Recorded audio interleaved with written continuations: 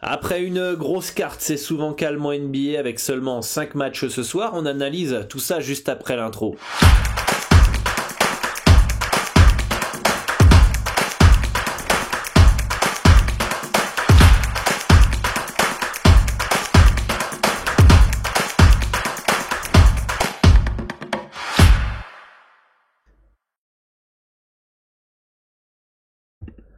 Salut à tous, ici Dorado, votre expert en paris sportif spécialiste basket pour une nouvelle émission. On va analyser ensemble les 5 matchs du jour en NBA. Je vais vous partager mes avis, mes analyses, mes informations, mon expérience pour vous aider à faire vos pronostics ou vous permettre de confronter vos analyses aux miennes. Bienvenue à tous les nouveaux. N'hésitez pas à vous abonner et d'activer la cloche des notifications pour ne louper aucune des prochaines émissions d'analyse ou conseils en paris sportif. Sachez que vous pouvez télécharger le guide totalement gratuitement de la saison 2021-2022 où je fais un petit récap de toutes les arrivées, tous les départs, mon avis sur chaque équipe, etc. etc. Vous pouvez le télécharger, c'est gratuit, vous avez le lien dans la description, vous laissez votre email et vous allez le recevoir dans quelques minutes. Vérifiez bien vos spams si jamais ils tombent dans les spams, et en plus automatiquement vous participerez à la formation NBA gratuite où je vous partage mes outils, comment j'analyse, comment je détermine un handicap, comment je détermine une value, les sites de paris sportifs que j'utilise, etc. etc. pour vous permettre de progresser et de générer des bénéfices dans les paris sportifs en NBA. Et j'ai aussi fait, pour ceux qui suivent mes pronostics en direct sur le Telegram privé, vous pouvez le voir ici, Telegram pour les pronostics en direct que je propose gratuitement. Le lien est aussi dans la description. Vous avez un fichier de mise qui va vous permettre de faire vos calculs de mise automatiquement pour suivre mes pronostics. On va essayer de l'ouvrir ici ensemble. Bon, bizarrement, il veut pas. On va essayer d'aller ici, alors c'est où, fichier de mise, voilà, est-ce que vous le voyez à l'écran? On va voir ça tout de suite. A priori ce n'est pas le cas, on va essayer de le mettre en fichier de mise ici, hop hop, voilà, normalement ça devrait s'afficher, hop, ça, on met ça là, voilà. Celui-là, vous pouvez le télécharger en vous rendant sur le channel des pronostics en direct, le channel Telegram. Vous allez dans les messages épinglés. Vous pouvez mettre la cote ici, ça va vous calculer les mises que vous devez faire en fonction de votre objectif ici. Ou suivre mes pronostics en direct aussi. Vous avez les intitulés, l'explication de la stratégie, les sites qu'on peut utiliser. Bref, c'est totalement gratuit. Donc si vous voulez suivre ces pronostics en direct gratuitement, vous avez le lien du Telegram dans la description de la vidéo et vous pourrez avoir accès à ces pronos et ce fichier. Voilà, vous avez aussi le Discord pour échanger avec l'ensemble de la communauté et moi-même. Donc vous avez discussion basket, vous avez des absences aussi basket, là on peut voir les absences de certains joueurs, vous avez discussion football et vous avez vraiment tout dans une ambiance bien sympa pour échanger avec l'ensemble de la communauté sur les différents sports et vous aider à faire vos pronostics et évidemment progresser dans les paris sportifs. Le lien est aussi dans la description. Bon, on va partir sur le petit récapitulatif de la veille en NBA. Alors, récapitulatif de la veille, on a les Cavs qui s'imposent face aux Blazers. On se méfiait de Cleveland hier dans l'émission. Indiana qui met la branlasse à New York. Bon, pas étonnant. Un match qui pouvait partir dans tous les sens. Indiana, c'est quand même assez costaud avec Malcolm Brogdon, avec Levert, avec Sabonis, Turner, etc. Boston qui met la fessée face à Orlando. Nous, on avait Boston moins 6,5 sur le club privé. Et ça fait plaisir. Ça passe comme papa dans maman. On avait un autre bet malheureusement qui passe pas pour pas grand chose. On avait Chicago plus 3 contre Philadelphie, ça perd uniquement de 2-5. On a les Raptors qui font un excellent début de saison, qui gagnent 109-100 à Washington. Ça c'était un match où je l'aurais pas vu venir quand même que Toronto aurait fait un si bon début de saison et qu'aurait été gagné à Washington qui fait un très bon début de saison aussi. C'est quand même très costaud de la part de Toronto. Les Nets qui s'imposent face à Atlanta. Plutôt logique, gros match entre les Grizzlies et les Nuggets, hein. Ça a été vraiment un match de série, hein, comme vous pouvez le voir. 37-19 premier quart-temps pour Memphis, 36-19 pour Denver, ensuite Denver reprend les devants, 28-22 fin du troisième quart-temps, et enfin 30-23, ça s'est vraiment relancé coup pour coup dans cette rencontre. Memphis s'impose avec Jokic qui rate le tir à la dernière seconde. Les clowns, on retrouve les clowns de Minnesota, ah ça nous avait manqué quand même. Un bon début de saison et maintenant ça défend plus du tout, ça fait plus rien. 27 points, 31 points encaissés, allez 45 dans le troisième les amis, on y va et on se fait éclater face aux Clippers. Les Mavericks qui s'en sortent face à San Antonio, c'était très très chaud pour Dallas. Les Warriors qui profitent du calendrier des Hornets pour s'imposer, et enfin les Kings malgré tout s'imposent aussi. Ils avaient un calendrier pas simple, mais les Pels aussi, et il y avait l'absence d'Ingram, donc ils ont pas de choc ces deux équipes-là. Ils ont fait le taf à la maison. Voilà les amis, pour le récap de la veille en NBA. Dites-moi en commentaire ce que vous aviez. Donc nous on fait 1 sur 2 sur le club et en perso, donc pas de gain, pas de perte globalement, et on continue. La saison débute et on y va, on verra, on fera les comptes à la fin de la saison comme d'habitude. Et ce soir on a 5 matchs.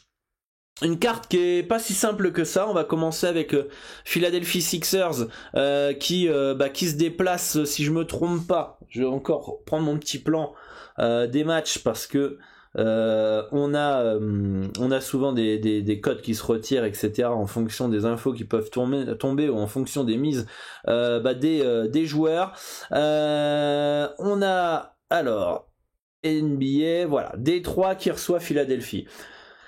Philadelphie qui est en back-to-back, Philadelphie qui joue sans Tobias Harris, qui joue sans Ben Simmons, problème un petit peu interne en début de saison, est-ce que Simmons va venir, papa va partir, etc. C'est quand même une des rares équipes, je trouve, Philadelphie, généralement quand il y a des embrouilles un peu internes, où Ben Simmons veut pas répondre à Joel Embiid, des trucs comme ça, c'est pas souvent propice à un bon début de saison.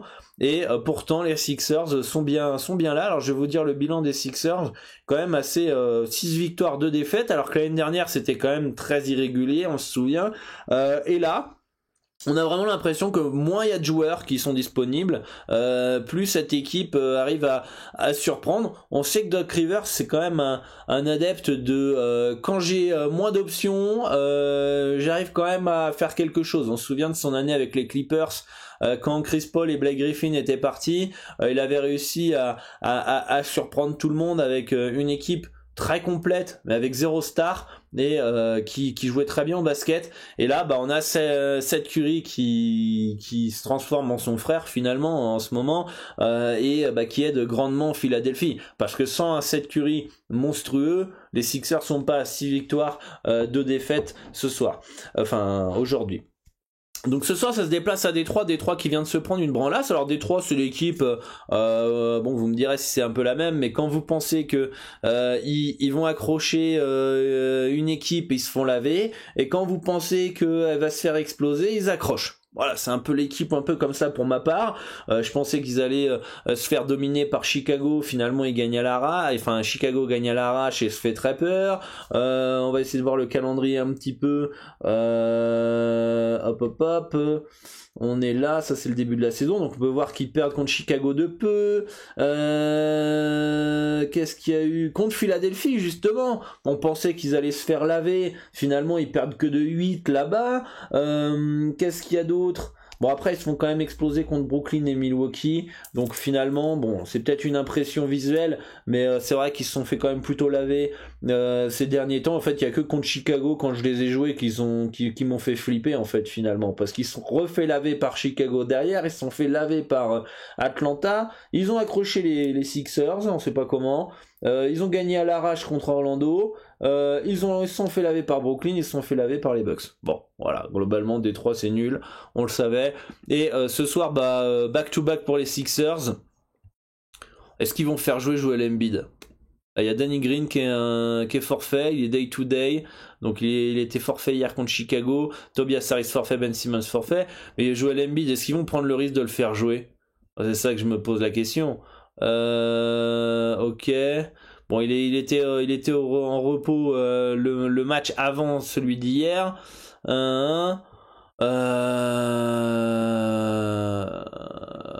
Bon voilà, il pense que Joel Embiid va jouer, mais on sait jamais. Voilà, mais on sait jamais. Donc bon, tant qu'on sait pas si Joel Embiid est là, j'ai envie de vous dire, partir sur un Sixers -5, ça me fait un peu chier, mais vu les résultats de Détroit, ça me casse complètement les couilles de partir sur un Détroit +5. Donc bon voilà, pour moi c'est un beau no-bet ce match-là. Et on va pouvoir passer au match suivant qui risque d'être un poil plus intéressant, mais dont là aussi il y a une grosse incertitude, et c'est assez bizarre parce que j'ai entendu dire que comment il s'appelle, Rudy Gobert était forfait pour le Jazz, mais bizarrement j'ai jamais eu l'information. Et il y a des sites qui disent qu'il est pas là, il y a des sites qui disent qu'il est là. Donc c'est assez chelou. Rudy Gobert, donc il est out ici, ok, et on va voir, ça c'est pour moi les deux sites les plus fiables, et on va voir ici, voilà, on peut le voir qu'ici il n'est même pas out. Rotoworld est un site qui est assez fiable aussi, et on n'a même pas d'infos, donc c'est ça qui me gêne, et on peut aller voir sur un autre site, voilà, on va aller sur celui-là.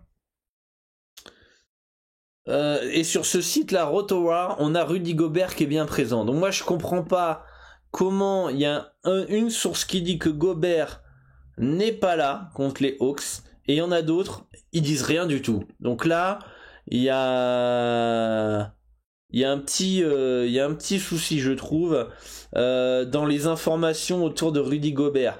Et sachant qu'on a déjà Donovan Mitchell qui est incertain, et ça c'est vrai, parce qu'il s'est fait la cheville en fin de première mi-temps contre Sacramento, il a rejoué après, mais est-ce qu'ils vont prendre le risque de le faire jouer? Là c'est une autre question. On a Royce O'Neal qui est incertain. Ici on peut voir qu'on a d'autres joueurs aussi du côté du Jazz qui étaient peut-être pas là. Butler probable, Rudiger incertain. Voilà. On a quand même moi c'est gros point d'interrogation, c'est Gobert.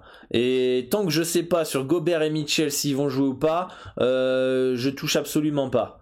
Je touche absolument pas à ce match. Il y a des contre-indications contre-informations pour Rudy Gobert. Et on a un Donovan Mitchell incertain. Ce sont les deux meilleurs joueurs quand même. Donc bon, assez compliqué de se projeter sur ce match-là.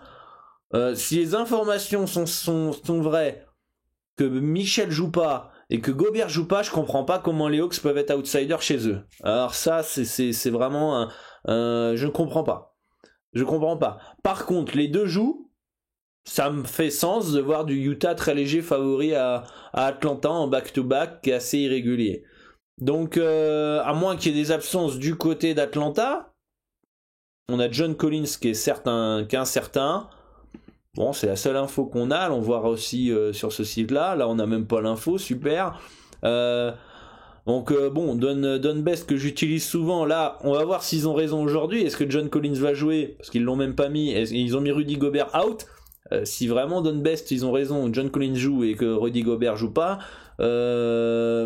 limite c'est eux qui sont largement en avance sur tous les autres sites. Hein. Donc voilà, on a Collins Game Time Decision, mais on peut voir qu'il est vert ici selon Rotoworld, donc ça veut dire qu'il est plus proche de jouer que le contraire. Moi, je touche pas sur ce match-là. Mais j'aurais plus tendance à spéculer une absence au moins de Gobert ou de Mitchell et partir sur du Atlanta. Atlanta, on peut même aller chercher un petit moins à 2,26. Tu vas pas prendre plus de risques que prendre le sec à 2,15. Hein, et sur une mise de 100 €, t'as 11 € d'écart. Voilà. Donc match hyper compliqué les amis, celui-là. Là, c'est attention les gars. Il y a anguille sous roche. On n'a pas toutes les infos et ça me paraît bizarre de voir sur un site Gobert out Mitchell incertain et voir Utah Jazz favori et d'autres sites qui disent que Gobert joue. Donc bon, moi je comprends pas trop. Pour le moment j'attends parce que je pense que limite les deux vont jouer. Donc voilà, pour moi, on verra dans la soirée. Donc rejoignez bien les amis le Discord. Dès qu'on a les infos, on les partagera sur le salon basket, absence basket. Donc n'hésitez pas à rejoindre, le lien est dans la description de la vidéo. Boston face à Miami Heat, match assez intéressant. Boston en back-to-back, qui vient de mettre une branlée à Orlando, qui a pu faire tourner en fin de match. Est-ce qu'on a Jaylen Brown qui va jouer? On sait que Josh Richardson est incertain. Ce soir, on peut le voir ici aussi. On peut le voir ici, on a Jaylen Brown qui est pas du tout. En fait, il n'y a aucune info sur Jaylen Brown qui pourrait potentiellement ne pas être là. On sait il a des problèmes au genou et que dans les back-to-back, il ne joue pas beaucoup. Ou des fois, il est mis au repos. Donc ça, c'est la potentielle absence de Jaylen Brown qu'on peut voir à l'image ici. S'il est pas là, bon, c'est sûr que le Heat part avec un énorme avantage puisque les Celtics dépendent beaucoup de Jaylen Brown et Jason Tatum. Possible en plus qu'Al Horford soit mis au repos parce qu'il a, on peut le voir ici, 35 ans. Mais a priori, j'ai le sentiment, on aurait eu déjà peut-être un peu d'informations dès le match d'hier, dès la fin du match d'hier. On n'a pas d'infos là. On n'a pas d'infos et je pense que Boston va prendre au sérieux ce match-là contre Miami. Parce que sinon on aurait déjà eu un petit Jaylen Brown. Quand l'info de Josh Richardson est tombée et qu'il est incertain, on aurait eu les infos à Horford et Jaylen Brown en même moment, je pense en tout cas, c'est mon avis. Je vois pas pourquoi tu t'annonces que Josh Richardson est incertain, mais que Horford et Brown, je vais attendre encore peut-être 2 heures pour prendre ma décision les amis, je vous tiendrai au jus. Non, je pense que généralement quand ils donnent les communiqués, ils donnent les communiqués d'un coup, donc ça peut arriver d'avoir des infos après, mais moi je pense que Boston, en tout cas c'est le sentiment que j'ai l'impression qu'ils vont prendre au sérieux cette équipe de Miami ce soir. Et qui vont pas mettre au repos les joueurs. Donc ça va être un match assez intéressant. En tout cas, j'espère que les deux équipes seront au complet pour avoir un vrai match. Miami part logiquement favori à domicile, roster plus complet. Comment dire? Ça peut clairement dominer le Heat, les Celtics qui sont en plus en back-to-back, etc. Mais c'est Boston. Et moi, Boston, ça fait 3 ans, 4 ans que quand je joue contre eux, ils me surprennent. Donc c'est-à-dire que ce soir, moi je vois Miami plus fort, je pars imaginons sur un -6,5, c'est le soir au Boston, on sait pas comment, ils vont être chauds patates et ils vont aller gagner à Miami. C'est un peu ce type d'équipe qui rend fou d'ailleurs, quand vous les lisez à l'envers dans les paris sportifs, c'est ça, c'est une équipe de dingue. Je vous donne un exemple en Russie, j'avais joué Kalev Kramo 2 fois à domicile contre Enizé et Saratov, 2 équipes clairement à leur portée. Ils se sont fait pas taper, mais bon bref, ils ont perdu les 2 matchs. Et les mecs, ils arrivent quand même le match d'après, ils jouent à domicile contre le CSKA Moscou. Ils ont réussi à les taper et sans trembler. Donc c'est ce genre d'équipe des fois qui rendent un peu dingo. Bon là, c'est un cas extrême parce qu'on prend un très très gros d'Europe comme le CSKA qui se fait taper là-bas. Mais bon, c'est pour vous dire à quel point des fois il n'y a pas trop de logique. Et moi qui étais peut-être potentiellement frustré d'avoir perdu 2 fois Kalev Kramo à domicile contre Saratov et Enizé, là je me suis dit ok, non, c'était des bons bêtes, t'as pas eu de chance et s'ils sont capables de taper le CSKA Moscou chez eux, ils pouvaient très bien gagner les 2 matchs. Bon bref, donc il y a des équipes que je lis à l'envers et en NBA il y a une équipe, c'est la seule à peu près à l'envers total, c'est Boston. Boston, je suis tout le temps, peut-être un peu moins ces dernières saisons parce que j'ai fini par me méfier un peu, mais ça a été pendant un long moment mon enfer à les coter parce que quand tu t'attendais à ce qu'ils performent, non, et etc. Donc moi je serais pas surpris de voir un Boston Celtics s'imposer, pas s'imposer mais du moins accrocher Miami là-bas. D'ailleurs pour vous donner l'anecdote, c'était quand Peut-être en 2019-2020, j'avais joué Miami -2 à domicile contre Boston. Contre Boston, j'estimais que Miami était plus fort, plus complet, etc., etc. Miami mène à la fin, à 1 minute de la fin, de 8 points à peu près. Boston fait un comeback de dingue pour arracher la prolongation et gagner après prolongation à l'arrache de mémoire. Du moins, c'est un match où ça se joue à rien du tout. Il y a Boston qui revient, on sait pas comment, etc. Et je perds mon bet alors que j'avais Miami -2. Bref, pour moi, ça fait des années que Miami, je les trouve plus forts que Boston. Et finalement, après, ça se joue en finale de conférence dans la bulle. Miami les tape. Donc finalement, le long terme m'a donné raison. Mais en tout cas, c'est pour vous dire à quel point faut pas enterrer peut-être potentiellement Boston. Bon, pour moi, là, il y a plus de value sur ce match-là. Je pense que c'est plutôt bien placé. Et voilà. En tout cas, un match, franchement. Je vois Miami plus fort, je vois Miami les exploser potentiellement, mais moi j'en tire plus Boston. C'est bon, j'ai déjà pris quelques pertes avec eux ces dernières années. Je les enterre pas tout de suite. Et je pense qu'on pourrait avoir une belle bataille ce soir à Miami, comme on pourrait avoir Miami les exploser. Donc pour moi, pour le moment là, c'est un beau no-bet actuellement dans cette rencontre. On va pas faire long feu sur les deux derniers matchs. Houston face à Phoenix. Bon, Phoenix qui reçoit donc Houston qui est en construction, hein, qui a pas mal de joueurs, hein, de talent, hein, quand même, mine de rien. Ça a plutôt accroché les Lakers. Si tu les prends de haut, je pense que Houston est une équipe qui peut gagner certains matchs ou peut te faire peur. Phoenix, j'ai l'impression que ce début de saison est un peu coup-ci coup-ça. Ça a du talent, mais j'ai l'impression que je trouve du côté de Phoenix en début de saison, c'est que je les trouve un peu suffisants. Comme si on a été en finale, les amis, l'année dernière, on a pu se prouver qu'on était bon, on sait qu'on est plus fort, et on va gérer. C'est un peu la sensation que j'ai des Suns cette année, c'est gestion. Et quand une équipe est en mode gestion, prendre un âge de -10,5, -11 face à une équipe qui a un peu de talent du côté de Houston, c'est jamais bon signe. Donc pour moi, c'est un bon no-bet de cette rencontre, c'est plutôt bien placé, c'est tout à fait logique que Phoenix soit favori à domicile. Et assez nettement, pour moi c'est un bon no-bet. Et enfin, un autre no-bet ce soir en NBA, c'est les Lakers face au Thunder. Les Lakers revanchards après avoir perdu face au Thunder dans un match historique où je crois les Lakers, je sais plus, alors ils menaient largement, ils se sont fait remonter, ils ont perdu, c'était une première pour l'histoire de Los Angeles.